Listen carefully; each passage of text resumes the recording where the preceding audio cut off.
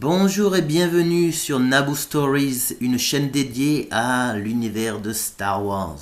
Pour cette première vidéo, nous allons parler du Grand Inquisiteur que l'on a vu dans le trailer de Obi-Wan Kenobi qui va sortir très prochainement.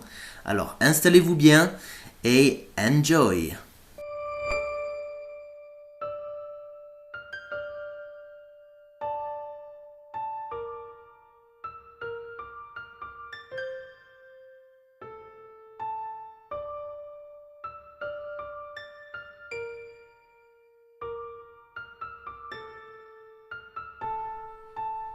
Alors depuis des années, avec toutes les différentes séries que l'on a pu voir, à la fois sur le petit écran ou sur les plateformes comme Disney+, je pense que Disney a vraiment la fâcheuse tendance à mal personnaliser les personnages Star Wars.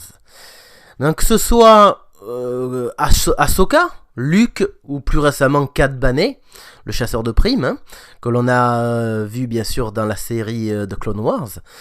Mais maintenant, Cad Bane, moi personnellement, je sais pas vous, mais on l'a vu en live action dans la série Le livre de Boba Fett.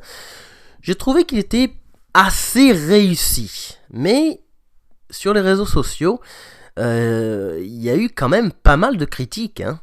Pas mal de critiques, surtout parmi les fans.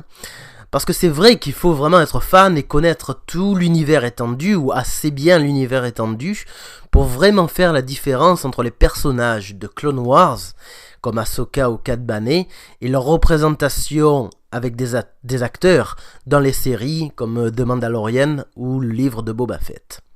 Mais bien sûr, sans avoir vu la nouvelle série de Obi-Wan Kenobi, le personnage du Grand Inquisiteur, pour moi, semble vraiment, mais vraiment mauvais. Enfin, ce n'est que mon humble avis. Dites-moi dans les commentaires, à la fin de la vidéo, ce que vous en pensez. Donc avec le trailer de la nouvelle série Obi-Wan Kenobi, les fans de Star Wars, comme nous tous, sont de plus en plus excités de retrouver Ewan McGregor et Hayden Christensen reprendre le rôle respectif de Obi-Wan et d'Anakin. Moi, c'est vraiment quelque chose. Dès que j'ai vu qu'il y aurait une série sur Obi-Wan Kenobi et que ça serait Ewan McGregor qui allait réinterpréter Obi-Wan Kenobi, oh, j'ai sauté au plafond, quoi. Je sais pas vous, mais j'étais vraiment super excité. Donc je sais pas, mais sûrement vous l'avez sûrement vu, la bande-annonce de Disney est bourrée de nouvelles choses, de bonnes choses, et surtout de nouveaux personnages, quoi. On pouvait par exemple apercevoir le jeune Luke sur Tatooine, et surtout, c'est ce qui m'a vraiment marqué, de nouveaux inquisiteurs. Non, la bande-annonce aussi nous donne assez pas mal d'indications sur l'apparence d'Obi-Wan, qui semble assez démoralisé, surtout au début de la série. On le voit, il regarde par terre. Je sais pas, j'ai l'impression qu'il vieillit mal, on va dire. Mais encore, on va voir vraiment quand la série Obi-Wan Kenobi va vraiment sortir, si j'ai raison ou si bien sûr j'ai tort. Malheureusement, juste après la sortie de la bande-annonce, on a pu voir pas mal de controverses sur justement ce grand inquisiteur. Donc pour notre grand plaisir et surtout pour le mien, parce que ne l'oubliez pas, je donne dans mes vidéos simplement mon humble avis, mes humbles théories, et il est bien sûr pas interdit de me contredire dans les commentaires. C'est pour ça que je fais cette vidéo, si vous avez bien sûr d'autres opinions. Ce serait plutôt sympa aussi de commenter la vidéo si vous n'êtes pas du tout d'accord avec moi, ou si vous êtes d'accord avec moi. Donc je disais que pour mon plus grand plaisir, la bande-annonce nous montre vaguement le Grand Inquisiteur en action. Et je me suis dit, wow, c'est super de voir un nouveau personnage de l'univers étendu, en l'occurrence de Star Wars Rebels, car c'est vraiment un personnage dans Star Wars Rebels que j'ai beaucoup apprécié dans la série. C'était vraiment un de mes préférés dans la saison 1. Simplement, mon excitation est quand même très vite retombée en voyant l'aspect visuel du Grand Inquisiteur dans ce qui ressemble à être, je sais pas, un bar ou une cantina sur Tatooine, quoi. Donc le Grand Inquisiteur est apparu pour la première fois dans la série Star Wars Rebels. Comme je viens de vous le dire, hein, on apprendra dans cette même série que le Grand Inquisiteur était un ancien garde du Temple Jedi qui traquait Kanan Jarrus et Ezra Bridger jusqu'à ce que Kanan le tue dans je crois que c'est le dernier épisode de la saison 1. Et la série Rebels et les différentes comics ou les bandes dessinées, hein, pour la francophonie a clairement montré que les pouvoirs du Grand Inquisiteur ne pouvaient aucunement concurrencer les pouvoirs des Sith. Néanmoins, il a été un formidable antagoniste pour Kanan et Ezra, hein, qui avaient un entraînement de Jedi, on va dire, assez limité. Hein. La Kanan a toujours été un padawan et n'a jamais vraiment fini sa formation de Jedi, quoi.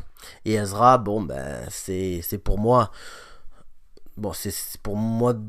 Pendant toute la série, même jusqu'à la fin, ce sera toujours un padawan. Mais bon, revenons. Donc plus important encore que le Grand Inquisiteur faisait assez peur dans cette série de Rebels, avec ses yeux assez enfoncés et brillants, ses dents qui étaient littéralement comme sorties d'un des plus terribles cauchemars. Maintenant, cette description est bien sûr ce à quoi je m'attendais dans la série Obi-Wan. Mais ce n'est pas du tout la description du Grand Inquisiteur que Disney a choisi dans cette série et dans cette bande-annonce, quoi.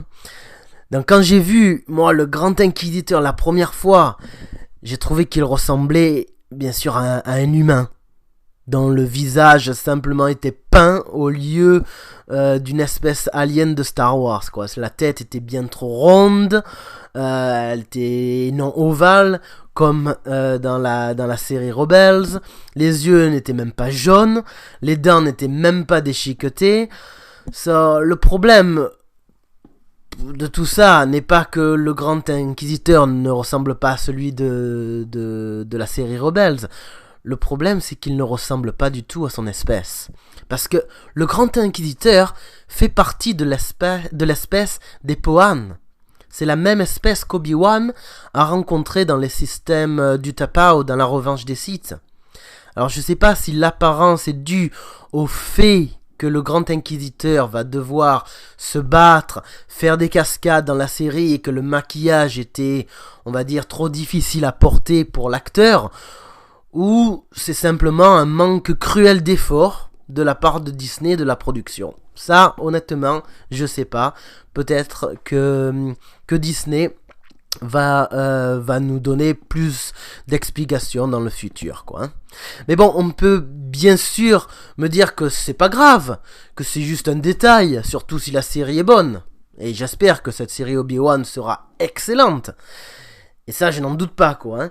Mais je n'aime pas surtout critiquer les séries juste pour les critiquer.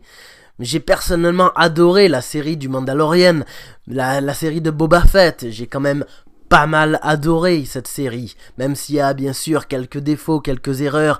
Mais en gros, j'ai eu quand même beaucoup de plaisir à la regarder.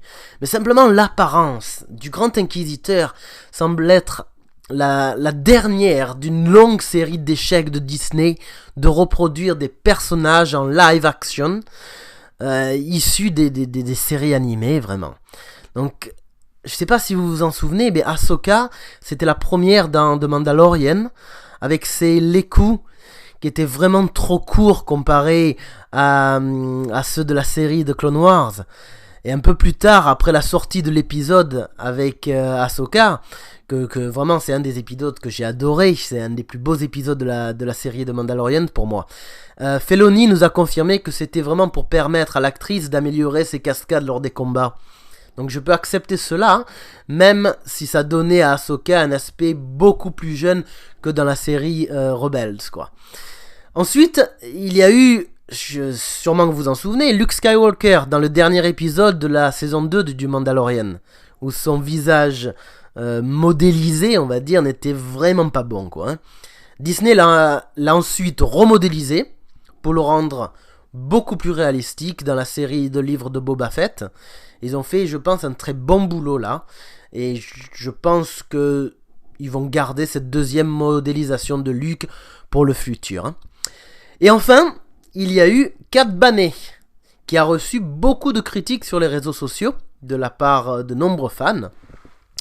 Essentiellement pour avoir dans la série encore le livre de Boba Fett, hein, un visage beaucoup trop rond, une bouche beaucoup trop haute et une peau beaucoup trop pâle.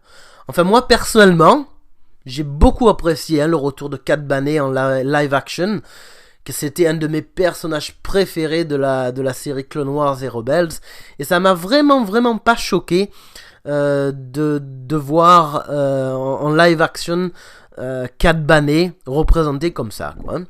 Mais bon, quand même, toutes ces espèces ont déjà été vues dans les films Star Wars. Donc la transition de série à live action n'aurait pas dû être aussi bâclée. Enfin, c'est vraiment ce que je pense, quoi. Parce que Ahsoka est une Togruta. Et cette espèce, je sais pas si vous en souvenez, mais est déjà apparue dans la Revanche des Sith. Cat Bane est un Duros. C'est une espèce qui apparaît dans la cantina du Nouvel Espoir. Donc pour finir, je sais pas, j'ai du mal à comprendre. Je comprends pas pourquoi certains fans arrivent à modéliser des versions de ces personnages beaucoup mieux que les studios Disney. Par exemple, il y a un des fans, et ça je trouve que c'est super, il a reçu, il ou elle, je sais pas si c'est une fille ou un garçon, mais il ou elle a reçu une proposition d'embauche chez Lucasfilm après avoir modélisé Luke Skywalker beaucoup mieux que ce qu'avait fait Lucasfilm et Disney. Donc ça, je trouve, c'est super, quoi. Et enfin, la bonne nouvelle, on va dire, quand même, il y a des bonnes nouvelles de la journée, hein, c'est que Disney a encore, bien sûr, le temps de changer un petit peu l'apparence du Grand Inquisiteur avant le premier épisode de la série Obi-Wan. C'est une des rumeurs des studios qui a circulé ces dernières semaines, donc à voir. Sur ce, je vous dis merci d'avoir suivi cette vidéo, et je vous dis à plus.